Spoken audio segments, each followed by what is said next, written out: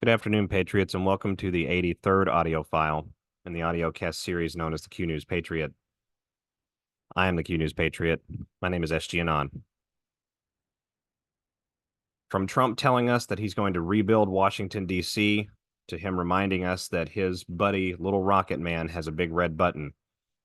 There's an active world war coming against Washington, D.C., as well as nuclear events coming to the Middle East and Killary's legacy farewell very soon. Patriots, as we look at the events to come, as we stare down the gauntlet of the 2024 election, we have to remember to first look back and appreciate how far we have come in this journey. It is worth remembering that in January of 2021, we saw Washington, D.C. invaded and overtaken by the National Guard.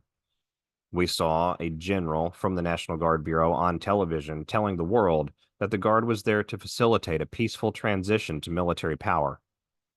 It's only been a few days ago that President Trump told radio show host and news host Glenn Beck that there was a committee running the country, acting as president. In Trump's Executive Order 13961, an executive committee is created to facilitate the continuity of the operations plan. It is an incredible time, Patriots. We have to remember that as we look at what is to come, we have assurances, proofs, and evidences to show that we are on the right track.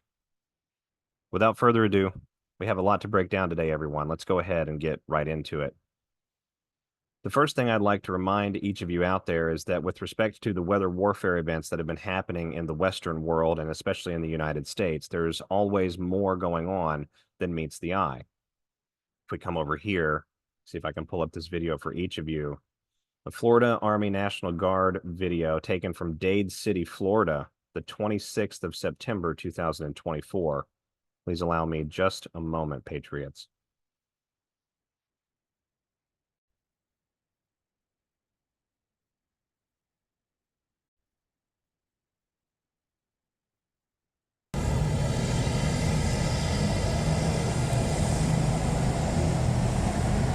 Hey guys, this is the Florida Army National Guard, and they're getting prepared for the hurricane to go out and help people, I guess.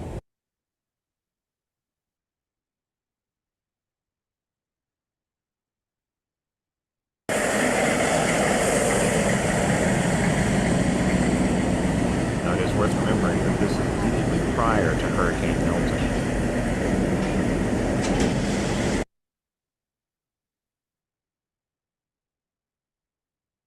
Around about that same time, Patriots, we had the Michigan, excuse me, let me come over here. Let me make sure that I've got that actually correct before I quote that for each of you. Around about that same time, we had the Michigan Army National Guard deployed to Florida for hurricane relief efforts, as well as the Delaware and New Jersey National Guards, sending more than 250 soldiers. The Indiana National Guard, around the same time, actually 3 days after that video, activated the 181st Intelligence Wing and deployed them directly to North Carolina. Just a couple of days after that, hundreds of U.S. troops, a report came out from Fox 2 Detroit that hundreds of U.S. troops were battling biblical devastation in the Hurricane Helene affected areas. It's worth remembering that we have reports, and I think some of those reports are fanciful, but there's at least 2 of them that I've seen that are credible, of Guard members or soldiers of some kind, firefighters of some kind, engaging federal troops, or federal entities rather, on the ground. I'm assuming those entities may be FEMA, but the credible accounts that I've seen don't actually address who the parties engaging one another are. Now, what I find very interesting is that we saw this deployment to Florida in preparation for Hurricane Milton. But Hurricane Milton was arguably a less intense storm than many of us expected. For a couple of days there, it looked very much that Milton was going to slam into the peninsula, bringing incredible wind, rain, and sort of a record-setting storm, and it ended up weakening right at the very last second. What I find interesting is the reports then that came to me just a few days after Milton moved through. Actually, it was about a week after Milton moved through, and this is one of those reports. Let me read this to each of you. Laura, this forwarded to me from my assistant, Laura. Laura, I've been a follower of SG ever since he came on the scene. I know the Lord is using him, among other things, to give a voice to the little man, and we are the little men over in our neck of the woods. Our community of Dade City, Zephyr Hills, Florida. Now, remember, we just watched that video a moment ago, the Dade City National Guard activating. Little farming community with generations dating back more than 100 years are experiencing a strange phenomena. Days after Hurricane Milton, which was nowhere near the storm and hurricanes that we've had in the past, we are being flooded days after, and it has not rained a drop here in over a week. Land and homes are being flooded by hundreds, and no local officials are listening or responding. I use my 15th Facebook page. The Lord has me on this battlefield for some reason, and I've been sharing those stories everywhere. Can you share this with SG and see if the Lord speaks to him and yourself as well? We are desperate, and I believe the Lord is shining light into the darkness within. And then we have some links included here. Thank you for anything you can. Thank you for anything you can do with getting a spotlight on this strange situation, Zephyr Hills, Florida. Now, Patriots, I want to share with each of you, give me a moment to pull the image up. I want to share with each of you the image that was sent to me with respect to that particular email and the strange events that are happening on the ground. Give me just a moment here. I want to pull this up in my photo viewer so each of you can see it.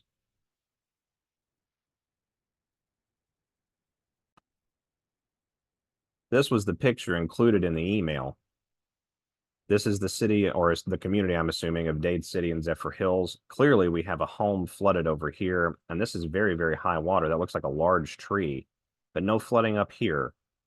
Also, of here, we have a mailbox, and then we have a water line reflection right along here. Mailbox is anywhere usually 6 to 7 feet, so I would guess maybe we're looking at a 4-foot water line here.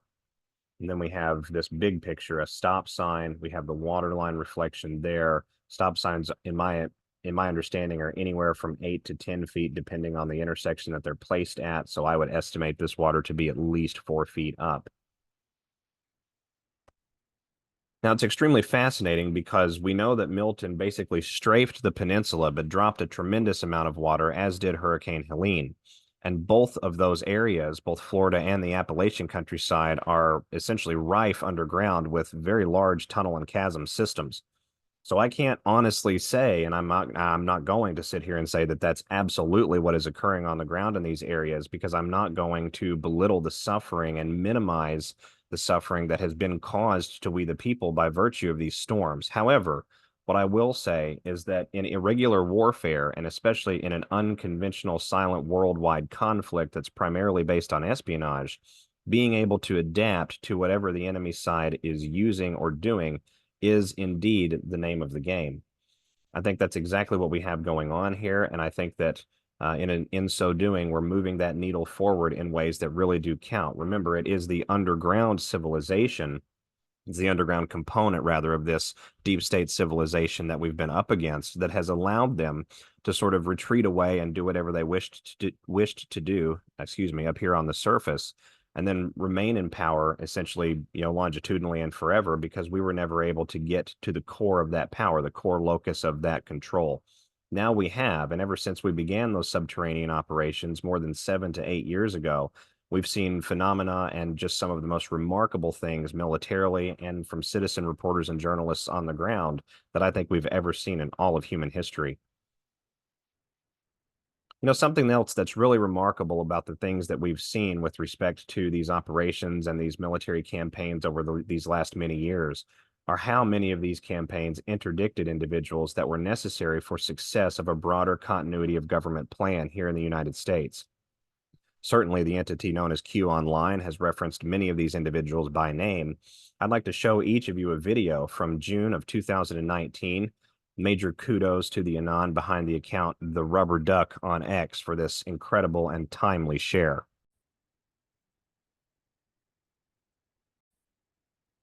Now, again, this video taken from the summer of 2019, and an article appeared in mainstream media just a few days after titled, "Take a Zen Ride with Attorney General Bill Barr Aboard a C-130. This was an impromptu flight taken by Mr. Barr along with the U.S. military Let's go ahead and look at the video and see what the military may have been trying to tell Mr. Barr.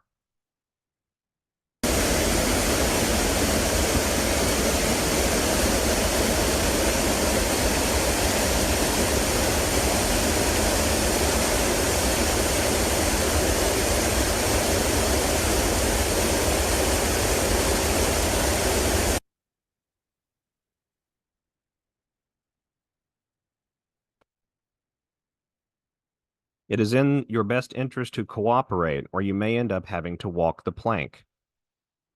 That seems like a fascinating tactic, especially when we consider, Patriots, the fact that Mr. Barr is strapped into that jumper seat with no helmet, no gear, no non-skid, non-tread, non-skid footwear, no headset, and no ability to communicate with whoever is there filming the event. That was clearly a message. And in this process, we have witnessed the most unbelievable transpiration of events worldwide, I believe, because of many separate meetings alongside the very flavor that you just saw. One of the things we have to remember is the worldwide component. In this worldwide component, we have to drag out the American deep state and the controllers of that same American deep state worldwide. Under the Obama administration, we saw remarkable amounts of money given to Iran, North Korea, and the Armenian-Iranian corridor utilized for arms and weapons trafficking, including uranium-1.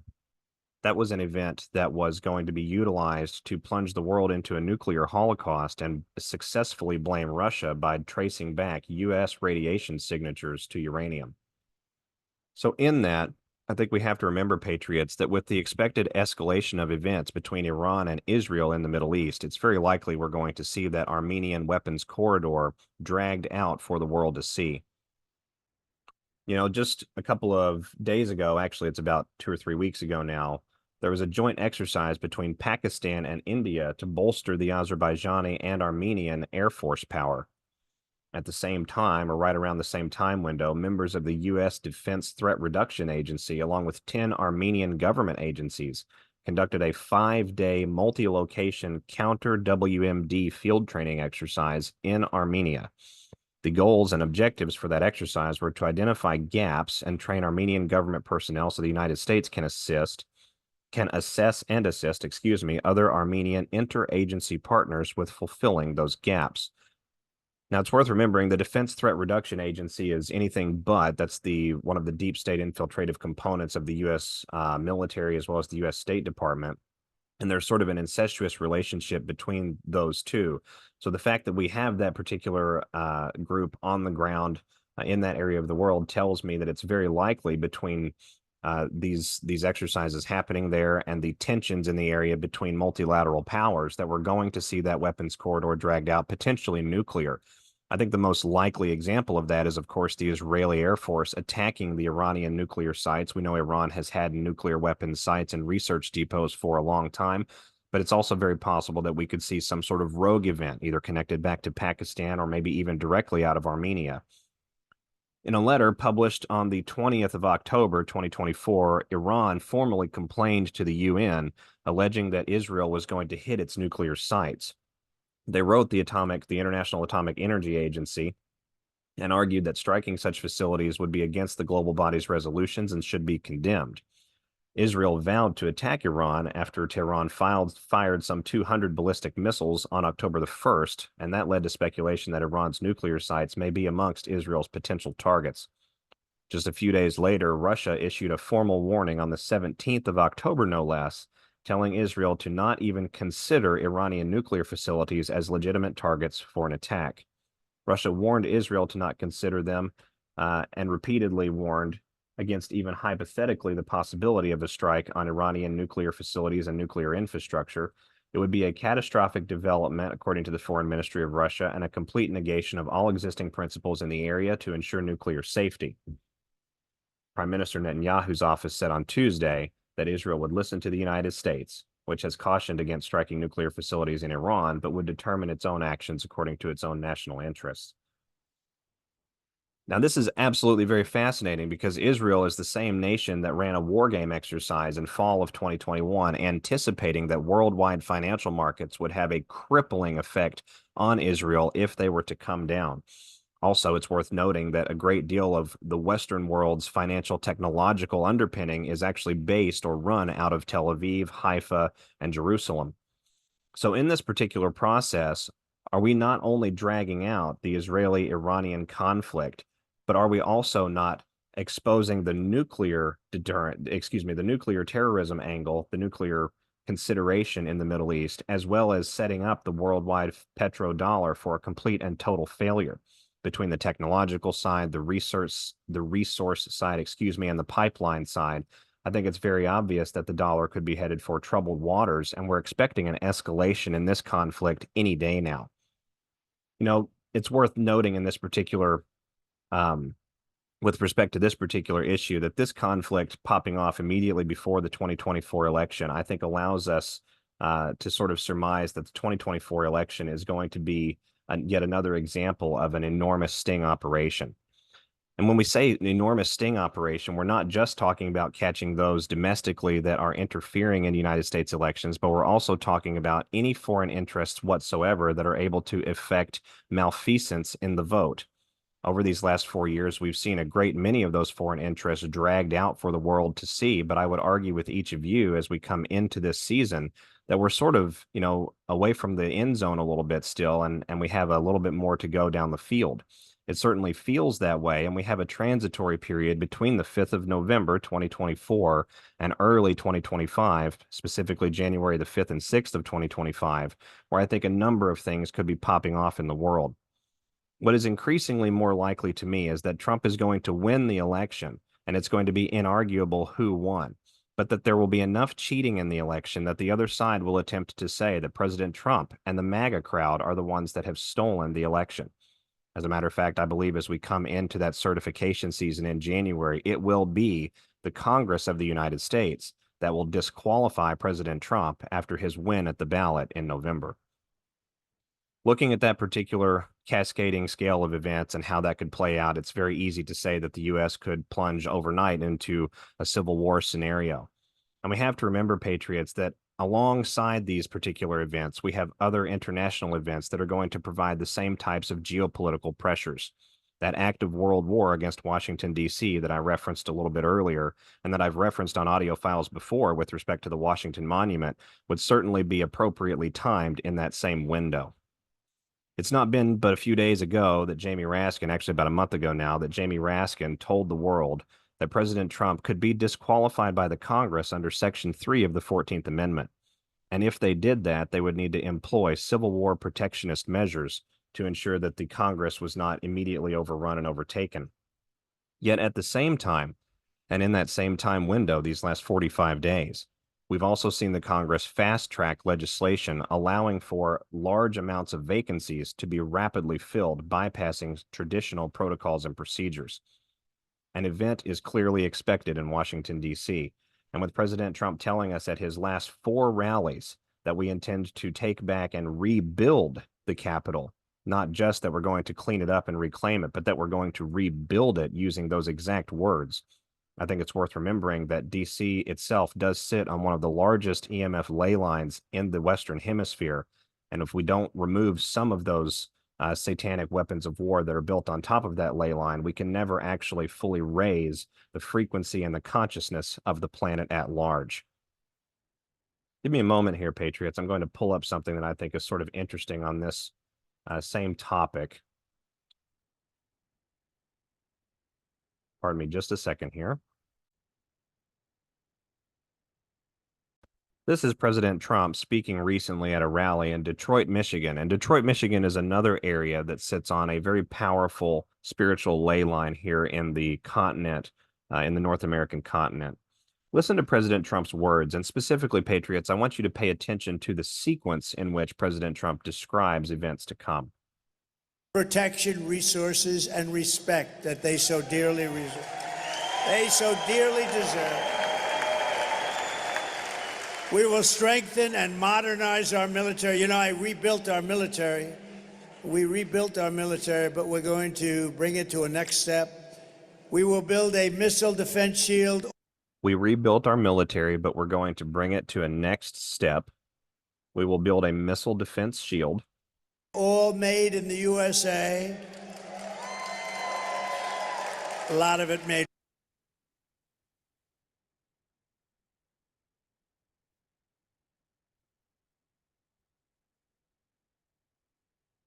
I apologize. We're having a little bit of an interruption here. They can certainly load the advertisements they'd like to show, but we have trouble with our videos.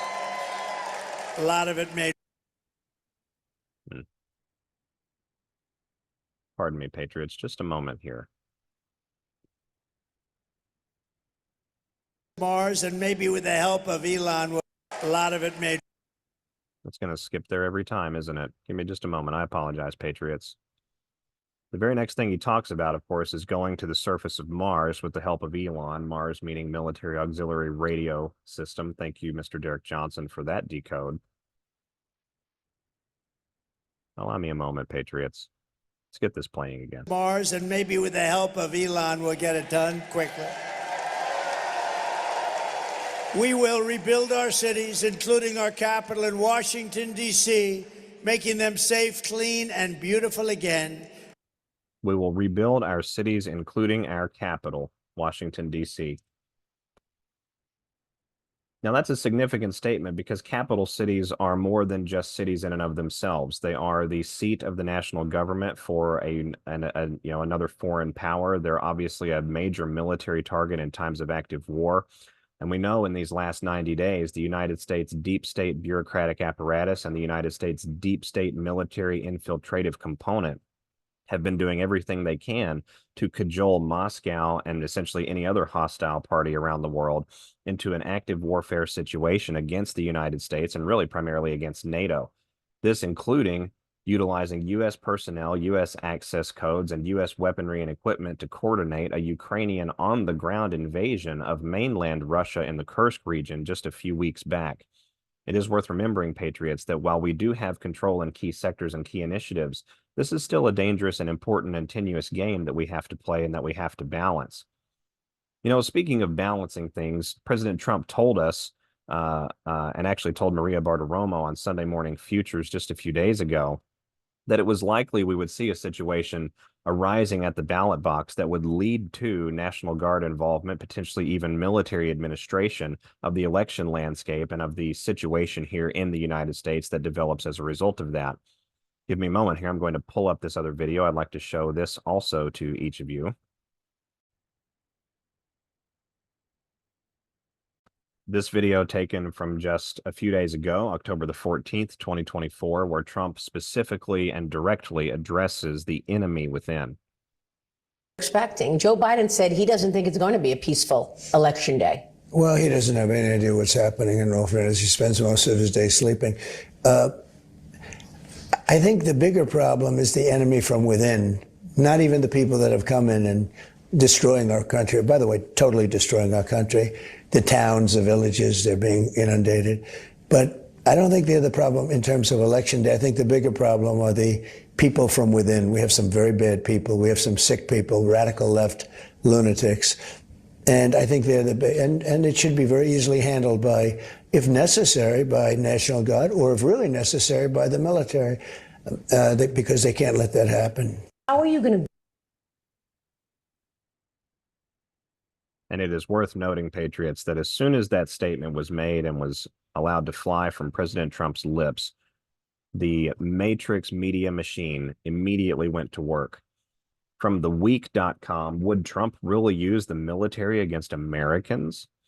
Donald Trump has been open about promising revenge on his enemies, and now the former president has raised concerns if he'll use the armed forces against Americans who oppose him. Another article taken from ny1.com, Trump calls for National Guard or military to handle the enemy from within on Election Day. The Republican presidential nominee made the comment during an interview on Fox News. In describing this internal enemy, he cited radical left lunatics and said the enemy from within is far worse than migrants who are destroying our country. And then the article proceeds to go on and say how the military can never be used inside the domestic borders of the United States. Another article coming out from The Guardian. Senior Democrats, and this is where I think we can conclude a few tidbits and teasers, Patriots, on what maybe is to come. because this article was published the 17th of October, and that's a significant publishing day in all of these media outlets. Senior Democrats in U.S. cities are preparing to defend their communities in the event of Donald Trump's return to the White House. Trump has proposed deploying the military inside major cities largely run by Democrats to deal with protesters and crush criminal gangs. He has threatened to dispatch large numbers of federal immigration agents to carry out mass deportations of undocumented people in so-called sanctuary cities. In cities where there has been a complete breakdown of law and order, I will not hesitate to send in federal assets, including the National Guard, until safety is restored, Trump says in the campaign platform for his bid to become the 47th president. He also aims to obliterate the progressive criminal justice policies of left-leaning prosecutors. So, Patriots, what primarily we're being told with that particular article is that the Democrat insurrectionists inside those major cities, those same cities that showed themselves and showed out those true colors in the summer of 2020, are likely to be problematic again as we come up to this election season. Now, remember, it is worth noting that I believe the election season itself is going to eventually be given to Donald Trump regardless. But the amount of malfeasance and the amount of cheating, the amount of manipulation of that electoral process, I think at this point is designed not to get the Democrat candidate or the Democrat deep state side back into office, but to simply provide the basis for delegitimizing and disqualifying the results of the election on behalf of the current Manchurian administration. You know, it's really a legacy farewell in a lot of ways to everything decent and American and everything that ties back to what the United States of America always was supposed to be. And yet we're only realizing the actuality of what has already happened many decades ago. You know, we lost the ability to control our elections after the assassination of Kennedy in 1963. There's been examples in that period of time over these last 60 years of political figures in the United States who were later demonized by the mainstream media, who actually did the right thing and chose not to blow the lid off of the pressure cooker at a period of time internally in the U.S. where it would not have been sustainable and where it would have fragmented the country as a result. And if we ever needed proof that we were coordinating and orchestrating their undoing, we need look no further than the conclusion of the Hillary Clinton book tour coming up this Monday, October the 28th. At 7 p.m. in Detroit, Michigan, no less. Where has President Trump been spending a great deal of time, Patriots? He's been up there in Detroit, and he's certainly been all over Michigan these last 4 to 6 weeks. This book tour ends for Miss Clinton at the Detroit Opera House, and it's worth noting, Patriots, that Clinton 1.0 is long gone, and this is a 2.0 or a double of some kind. And the Detroit Opera House, the original Detroit Opera House, was built in central Detroit right along the Detroit River, at a place called Campus Martius. Campus Martius was a light railway station built around the turn of the century. And that railway station today is primarily historic. It's used for short and medium line travel there in the downtown area of Detroit. And the rail line that runs on this particular subway system is called the QLINE. Now, what's very interesting is Campus Martius is directly across from the exact area where the Detroit-Windsor Tunnel connects Canada and the United States.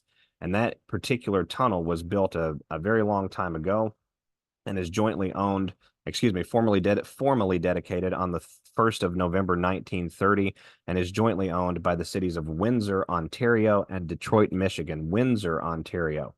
How very fascinating. Now, you know, it's worth also remembering, Patriots, just sort of on a sidebar here, that after Queen Elizabeth was coronated in the early 1950s, I think it was just a few years after that, one of the very first places she went internationally was Detroit, Michigan. They came down the St. Lawrence Seaway to dedicate that seaway, and they sailed all of the way in. Let me see here. Let me pull this up. All of the way in through the Great Lakes, came down the seaway and into the Detroit River. Special rules were put in place for the river, and law enforcement on both the Canadian and American sides prevented other boats from coming within 50 yards of the royal yacht and its accompanying vessels. So the fact that President Trump is spending so much time in Detroit, Michigan, the fact that Hillary Clinton is ending her book tour on the 7-year delta to the day of the first Q drop at a place whose original location was located just across the road, essentially just 2 blocks away from this Detroit-Windsor tunnel, and was also, also runs a subway line called the QLINE. I think it's just absolutely fascinating and amazing when we consider, Patriots, what's actually being, coordinated and played out here. And wouldn't you know it, it is the Michigan National Guard, not any of the others, but the Michigan National Guard that recently established a interstate cooperative partnership with the government of Sierra Leone. Now, Sierra Leone was the country, one of the West African countries that was targeted by the Clinton Health Access Initiative and the Obama administration for organ harvesting operations. And they set up essentially a slave and blood harvesting bazaar by infecting the country with Ebola in 2014. Many of you will recall that. So the fact that we have Sierra Leone coordinating directly with the Michigan National Guard around about the same time. Let me look at this press release. So this is published October the 1st. So within 28 days of Hillary Clinton ending her farewell tour, it's literally called her farewell book tour in Detroit at the Detroit Opera House. And again, that opera house is significant for reasons I've described just a moment ago. I think it doesn't get any more obvious than that, Patriots, that we're going to see some amount of significant exposure with respect to this child trafficking situation, with respect to this, deep criminality coordinated by U.S. political figures. And it's not just, the trafficking of human beings, but of organic material, of pathogens, of carcasses, of weaponry, of all sorts of things. In this particular, pathway that we're sort of looking out before us, President Trump, I think, is reminding us that some of these things are very significant and that they're very important. The symbolism is powerful. The spiritual implication in the the unseen ether, if you want to call it that, the medium of reality of this Holy Spirit that we live in, they are real.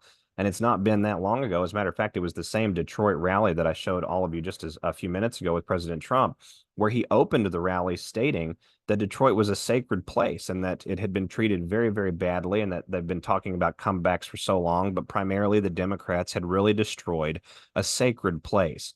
I think that's, a very interesting choice of wording for President Trump, because it's not just about the epicenter of the American automotive and industrial industry, which certainly, burgeoned out of that region and made Detroit one of the penultimate cities on, I think on the planet, certainly here in the United States, but I think even on the planet. But I think it's also about President Trump reminding us that this area, both, from an energetic stance, a spiritual stance, as well as a continental electromagnetism stance, this is a spiritual area. This is an important area. And it makes sense then, if it is a spiritual area, it makes complete sense why we would see the Windsor Tunnel being built into Detroit, why the royal family in the 1950s would come down the St. Lawrence Seaway and stop essentially in the Detroit River area. And it's worth remembering, Patriots, that world tour that Elizabeth and Philip went on in the late 1950s was the same world tour that ended in British Columbia and also ended with the disappearance of 10 indigenous children who were never ever seen again with the royal family. There's a lot that we have to consider. There's a lot of symbolism at play. There's a lot of moving the needle forward in the physical kinetic space. There's a lot of warfare scenarios that are playing out. And all of it, Patriots, ties back into the broader mission, which is righting the wrong, rebalancing the boat, reconstituting and reorienting the world in many regards. The world of the future needs to reflect a world more balanced with God and more balanced with one another. We need security in our transactions. We need the ability to maintain our privacy. We need the ability to ensure transparency. We need the ability to make certain that things important in society, such as financial transactions, electronic personal health information and data, election selections, and things of that nature, are essentially impenetrable and very, very secured. And we need to be able to do so in a way that I think is maintenance, or maintaining rather is a better way to say it, of the type of world that we've created. Give me a moment here. I'm going to pull something up for each of you that I think sort of encapsulates this and would be a really nice way to conclude our file today, understanding that Patriots really are in control.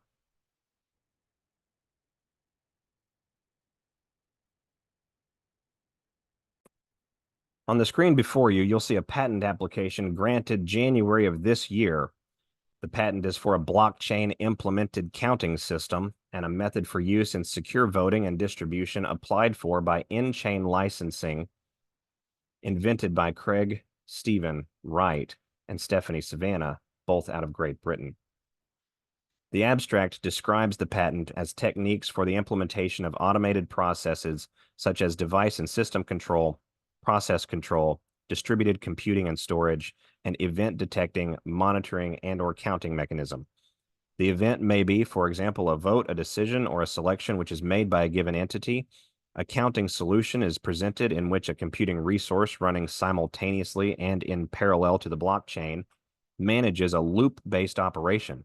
The computing resource continuously monitors the state of the blockchain as well as any other off-blockchain input data or sources. The execution of the loop is influenced by the state of the blockchain. Each iteration of the loop that is executed by the computing resource is recorded in a transaction that is written to the blockchain. Now, Mr. Craig Stephen Wright is an Australian computer scientist and businessman, and Patriots, for those out there that recognize the name, you will recognize that he has claimed to be the individual behind the pseudonym Satoshi Nakamoto, the inventor of Bitcoin. That patent was granted earlier this year.